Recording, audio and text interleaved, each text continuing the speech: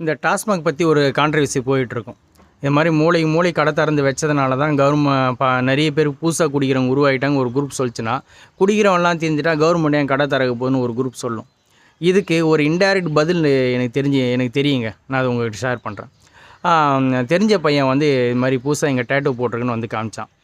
எனக்கு தெரிஞ்சு நாங்கள் இருக்கிறது கிராமம். அதனால் என்னடா இந்த மாதிரி எந்த டவுனுக்குடா போய் போட்டேன், எவ்வளோடா காசு கொடுத்து போட்டேன்னு கேட்டால், அவன் என்ன உனக்கு தெரியாதா, நம்ம ஊர்லேயே டேட்டூ ஷாப் ஆரம்பிச்சிட்டாங்க, இது மாதிரி இந்த பையன் டேட்டூ போடுறான் உனக்கு தெரியாதான்னா, இல்லைடா தெரியாது. சரி எவ்வளோடா காசு கொடுத்தேன்னு நான் போய் கேட்டேன். இது மாதிரி ஒரு 3 டிசைன் காமிச்சேன். இந்த 3 டிசைன் அது 3 டிசைன் ஒவ்வொன்றும் ஒவ்வொரு ரேட் சொன்னான்.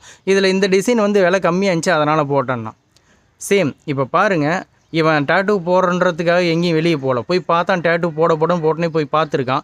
அதில் ஒரு டிசைன் வந்து செலக்ட் பண்ணியிருக்கான். அந்த டிசைன் விலை அவனுக்கு கம்மியாக ஃபிக்ஸபிளாக இருந்தது, போட்டுட்டு வந்தான். இதே தானே டாஸ்மாக்கும் நடந்திருக்கும். பக்கத்தில் இருந்தது, விலை கம்மியாக இருந்து வாங்கி குடிச்சிருப்பாங்க.